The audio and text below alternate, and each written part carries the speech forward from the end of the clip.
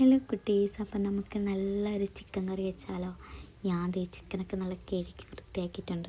മിക്സിയുടെ ജാറിലോട്ട് വെളുത്തുള്ളി, ഇഞ്ചി, മുളക് പൊടി, മഞ്ഞൾപ്പൊടി, മല്ലിപ്പൊടി, ഉപ്പ്, അതിലോട്ട് മല്ലിച്ചെപ്പും കറിവേപ്പില, പുളിയുള്ള നല്ല തൈര്, ഇതെല്ലാം കൂടി ഇട്ട് മിക്സിയിലിട്ട് നല്ലപോലെ അടിച്ചതിന് ശേഷം നമ്മൾ കഴുകി വെച്ച ചിക്കനിലോട്ട് ഈ അരപ്പൊക്കെ നല്ലോണം ചേർത്ത് 5 മിനിറ്റോ 10 മിനിറ്റോ വെക്കാം.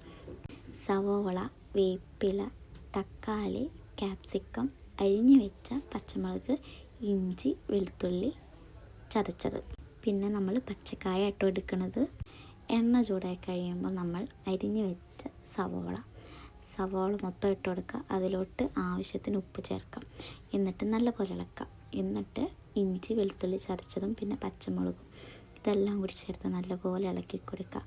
അതിലോട്ട് മല്ലിപ്പൊടിയും മഞ്ഞൾപ്പൊടിയും പിന്നെ മുളക് പൊടിയും ചേർത്ത് നല്ലപോലെ ഇളക്കി കൊടുക്കാം കേട്ടോ. അതിലോട്ട് തക്കാളിയും വേപ്പില, ഞങ്ങൾ വേപ്പില ഇങ്ങനെയാണ് കേട്ടോ ഇടുന്നത്. നിങ്ങൾക്ക് ഏത് ഇഷ്ടത്തിലാണെന്ന് വെച്ചിട്ടാൽ മതി. ഞങ്ങൾ ഇങ്ങനെയാണ് ഇടുന്നത്. ഇത് നല്ലോണം ഇളക്കി വയ്ക്കാം.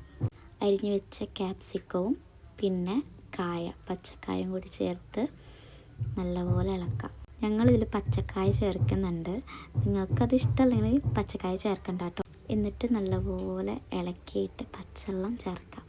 ആവശ്യത്തിന് പച്ചവെള്ളം ചേർത്ത് ഒന്ന് മൂടി വയ്ക്കാം. ഉപ്പിട്ടിട്ട് മൂടി വയ്ക്കാം കേട്ടോ. എന്നിട്ടൊന്ന് തിളച്ച് കഴിയുമ്പോൾ നമ്മളിതിൽ ചേർക്കുന്നത് വറുത്ത് വെച്ച ചിക്കൻ കഷ്ണം കേട്ടോ.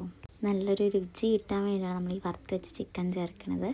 അതിലോട്ട് ഗരം മസാല ചേർത്ത് നല്ലപോലെ ഇളക്കാം. അപ്പോൾ അതേ നമ്മുടെ ചിക്കൻ കറി ഏകദേശം റെഡി ആയിട്ടുണ്ട്. അപ്പോൾ എന്തായാലും ഇഷ്ടപ്പെട്ടാൽ ലൈക്ക് ചെയ്യുക, സബ്സ്ക്രൈബ് ചെയ്യുക.